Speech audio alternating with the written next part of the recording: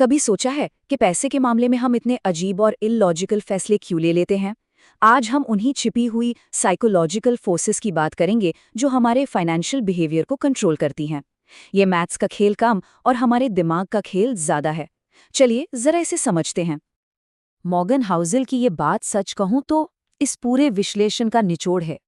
हमें लगता है कि हम बड़े लॉजिकल हैं, स्प्रेडशीट्स और डेटा देखकर फैसले लेते हैं, पर असलियत यह है कि हमारे डर, हमारा लालच, हमारी उम्मीदें यही सब हमें चलाती हैं। और ये सिर्फ स्टॉक मार्केट में ही नहीं, बड़े बड़े बिजनेस डील्स में भी यही होता है। तो सवाल ये है कि आखिर ये अदृश्य ताकतें हैं क्या? ये हमारे दिमाग में इतनी गहराई से बैठी हैं कि हमें पता भी नहीं चलता, और ये हमारे हर फाइनेंशियल फैसले पर असर डालती हैं। चलिए एक एक करके उन 5 मेन साइकोलॉजिकल ड्राइवर्स को समझते हैं जो हमारी आदतों के पीछे छुपे हैं। तो सबसे पहली और शायद सबसे पावरफुल फोर्स है लॉस एवर्जन, यानी नुकसान से बचना।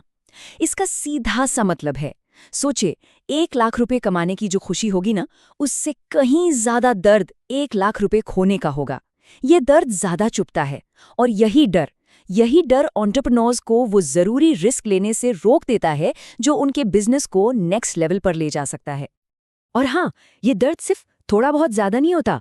रिसर्च बताती है कि हम नुकसान के दर्द को सेम अमाउंट के फायदे की खुशी से 2 से 3 गुना 2 to 3 टाइम्स ज्यादा फील करते हैं। कमाल है ना?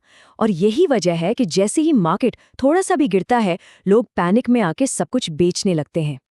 दूसरी ताकत है ईगो एंड आइडेंटिटी, यानी अहंकार और पहचान।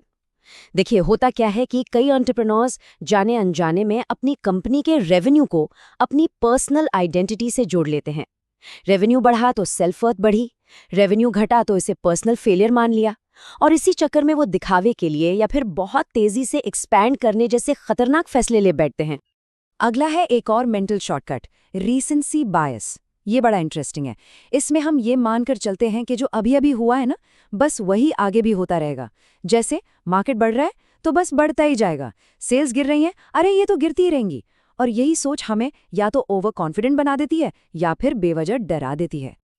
और फिर आता है सोशल कंपैरिजन, मतलब सैटिस्फैक्शन का साइलेंट किलर। हम अपनी कामयाबी को हमेशा दूसरों की कामयाबी से कंपेयर करते रहते हैं, वो कॉम्पिटिटर हो या सोशल मीडिया पर दिखने वाली चमक दमक।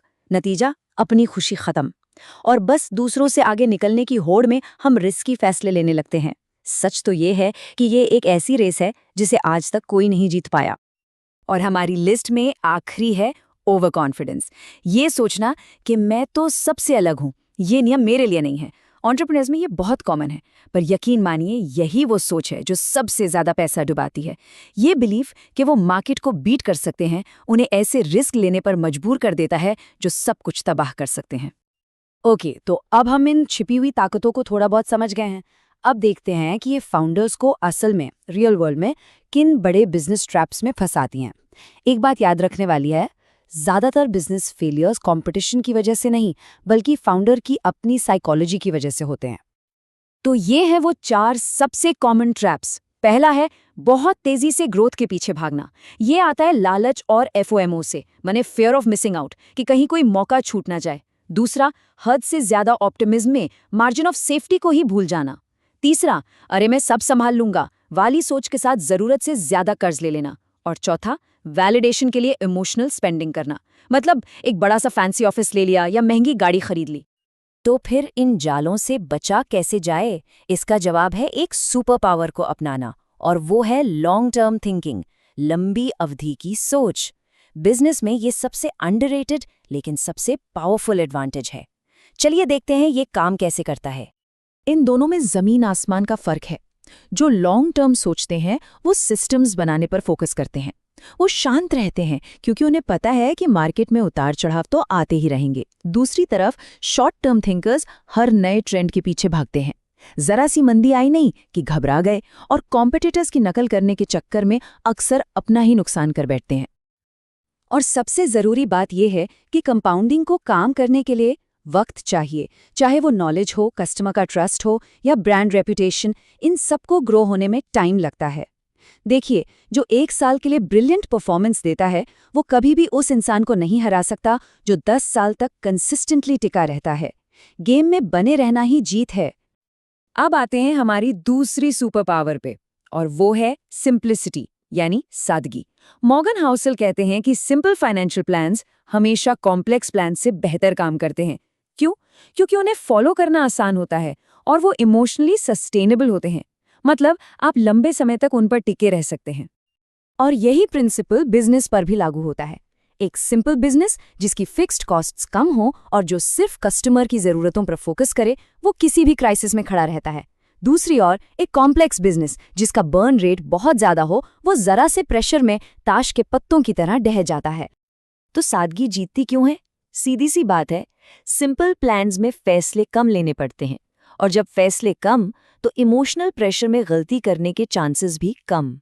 और यही चीज आपको लंबे समय तक गेम में बनाए रखती है। और याद रखिए, आखिर में जीतता वही है जो टिका रहता है। तो इन सब साइकोलॉजिकल प्रिंसिपल्स से सीखकर हम अपनी बिजनेस और पर्सनल लाइफ में क्या कॉन्क्रीट स्टेप्स ले सकते हैं? चलिए, अब इन सारी बातों को एक प्रैक्टिकल प्लेबुक में बदलते हैं। तो इसे एक्शन में कैसे लाएं? एंटरप्रेन्योर्स के लिए सबसे जरूरी है 12 से 18 महीने का कैश बफर बनाना।